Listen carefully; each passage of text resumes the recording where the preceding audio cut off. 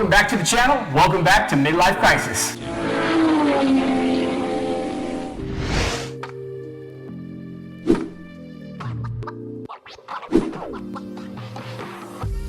As you can see from our last video with Kevin from McMedics from SupercarGarageATL, we've got quite a bit to do on the 650S. And so before we dive into, making it look cool and making it look all, things like that, we got to get some basic stuff done. And so we're going to start a series on the do-it-yourself maintenance for the McLaren 650S. It's applicable to the MP4-12C as well as the 675LT. So let's get into it and let's dive into our first one. If you remember from the last video, one of the things that we were really worried about was there enough coolant in the 650S? So we're gonna go ahead and take off the coolant reservoir top here. That off, our cover off. It just sticks on there. McLaren, doesn't really give you anything in the interior like they do for oil, to tell you whether you're low on coolant. So this is something you as an owner need to be on top of all the time, making sure you're checking underneath for leaks, making sure you see if you have any coolant in the actual reservoir tank here. And so there is no dipstick, so don't be a dipshit. Use your dipstick like Kevin told us. This is the high-tech dipstick right here. So if you don't have one of these, you probably aren't driving anyway. You should probably not driving it anyway. So exactly.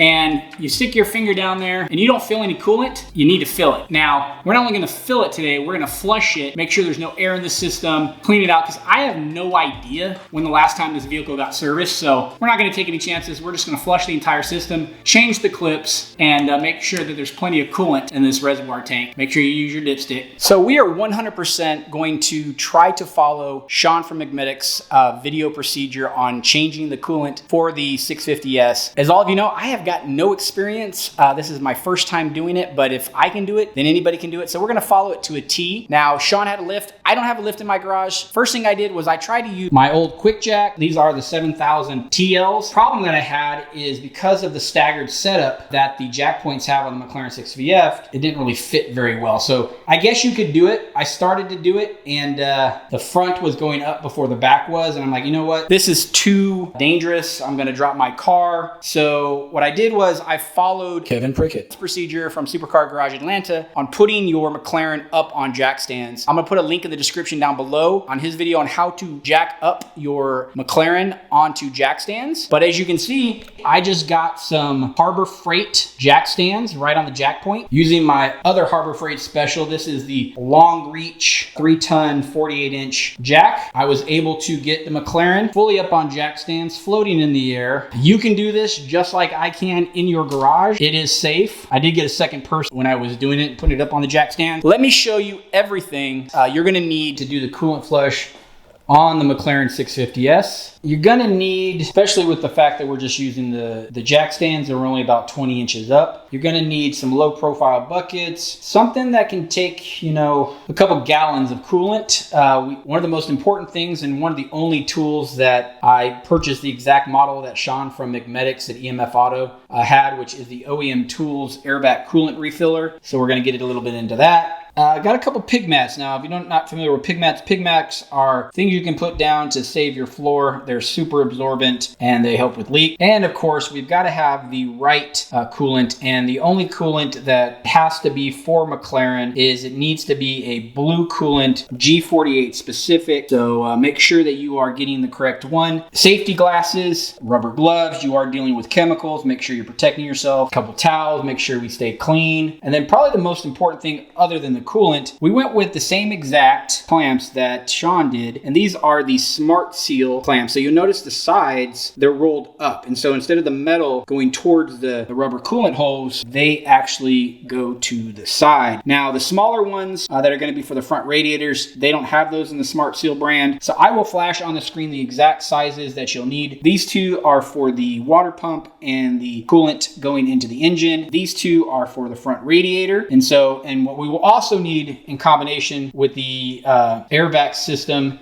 is an air compressor. Got this big honking one that we're gonna use here. And this is everything we're gonna need to do the coolant flush and fill on my McLaren 650. All right, we've got our big bucket for the coolant. Got a pig mat and we've got some tin snips to cut off the clamp. I think we're ready to go underneath and start draining some coolant. The first place that we are going to drain the coolant from is from the water pump here. The previous owner looks to have it been double clamped by a McLaren dealership or something like that, so it's already in pretty good shape. We will be replacing these clamps with an aftermarket one. This is the first place we need to drain it from, right here at the water pump. The second place we need to drain the coolant from is from the engine itself right here. Again, double clamped, very nice. We are going to replace that one as well. So let's get these clamps off. Now we need to cut clamps off of the water pump side.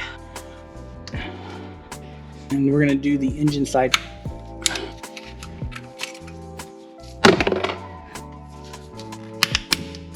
There we go. It's a gusher.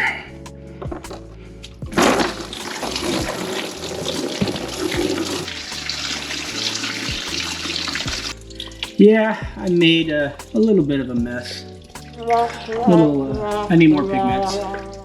But it's draining. A few moments later. I think we're done draining the two main drains at the base of the engine. Let's go take a look at the fluid and see what it looks like. All right, I got this little clear jug that we're gonna use so we can put it up against the light. There we go. Looks pretty blue, looks, decently clear. Honestly, that coolant does not look that bad. That's a good thing. So I think, they didn't use the wrong fluid. Looks pretty clear. I don't see any rust or anything else. Looks pretty good. Let's get those clips back on. All right, now we're gonna fix these back on. I'm just gonna wipe them down, just clean them a little bit. So one thing you wanna do is you wanna make sure that you're facing your clamp with the screw downwards. So when you put it back, slip it from the top and just wiggle it all the way back on till it's nice and tight, just like that. You're going to fix the clamp right where the old one was. Make sure you fix it straight. And once you got it on there pretty tight, we are going to hand tighten it with the 1/4-inch ratchet with the 8mm. Our one coolant hose is back on, and nice and tight. Onto the other one. Let's get our new clamp on. Let's get our clamp in place. I'm gonna use our drill with the 8mm socket just to get it snug, not all the way. And now we'll use our 1/4-inch ratchet with the 8mm socket to just cinch it down. Coolant hose back on, clamped on, got it on the engine side, got it done over here on the water pump side. Now it's time to go drain the front. We got to get this front panel off in order to get to the front radiators. So as you can see, we've got multiple torque that we're going to have to get off. And then I already know that I have varied hardware up here that, as you can see from the rust here, that this is not OEM for this front tray. Just because I say a specific torque setting for a screw, don't take it as face value, as that's what you're gonna have on yours. This is a T30 on these.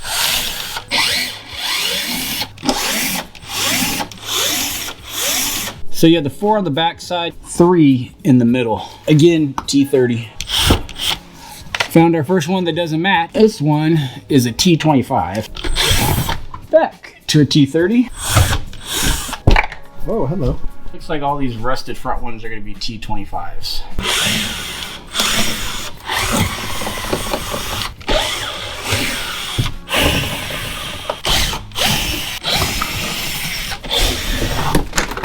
I think we're missing a couple screws. Okay, so the second place that we need to drain the coolant from is the 2 front radiators. So we have here, and as you can see, we have some different types of clips. Now this is on the driver's side.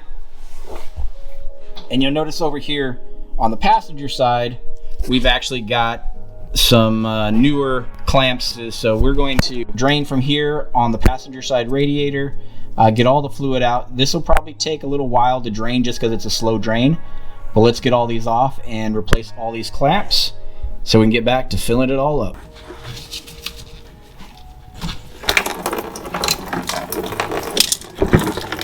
So we're just gonna use a little ratcheting screwdriver and get that taken off. We're not gonna use these again. We'll use them as one-time use clamps since we only do this once every 4 to 5 years, We'll let the radiators drain for about an hour and we'll come on back. 1 hour later. Now that it's all drained, we gotta get the new clamps back on, slide it on, put on your hose. There a little bit there, but make sure that you cinch it all the way and push it all the way as hard onto the radiator as you can. Apply the clamp on it. We're gonna use the drill with the 8mm on it to cinch it up. And then we're going to use a ratchet to hand tighten it. So we're just gonna take this and get it nice and tight. Now, give it a little tug there, good to go. Put the new clamp on, get it nice and sunk in, all the way back down. Make sure it's facing down, center it on where the old clamp was, and then we'll cinch it down.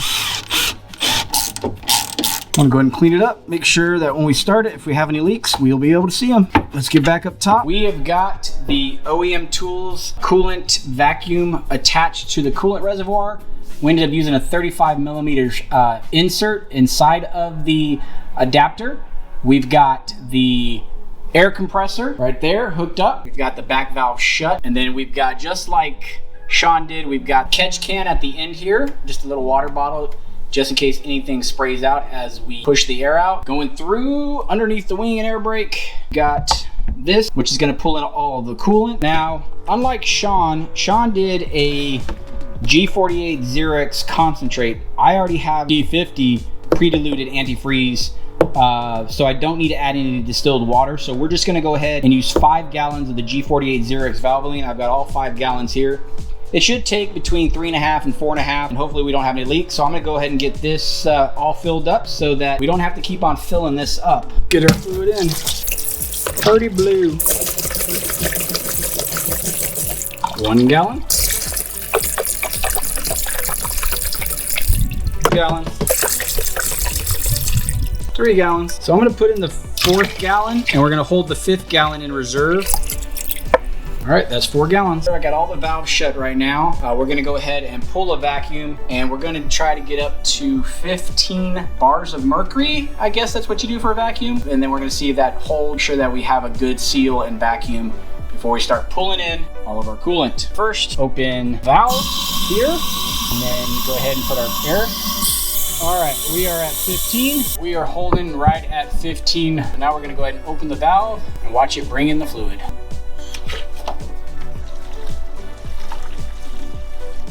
Now you're gonna watch that until it gets down to 0, and then we're gonna know that we are filled up. Make sure that this end is well down in there. And as you'll see, it's gonna go down to 15 until it almost goes down to 0. As you can tell, it's pretty close to 0. We're gonna go ahead and see if we can pull any more air out of here.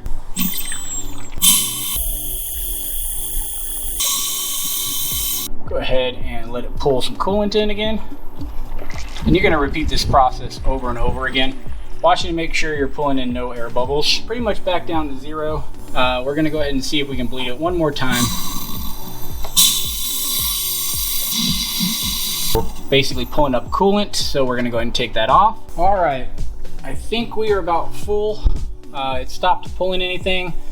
So we're gonna go ahead and take this cap off and see if our coolant is at the top.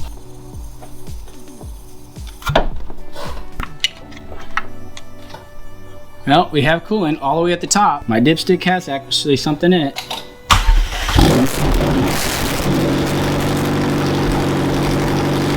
gonna let that get up to temperature. You can't hear a damn thing I'm saying. We're gonna let that get up to temperature.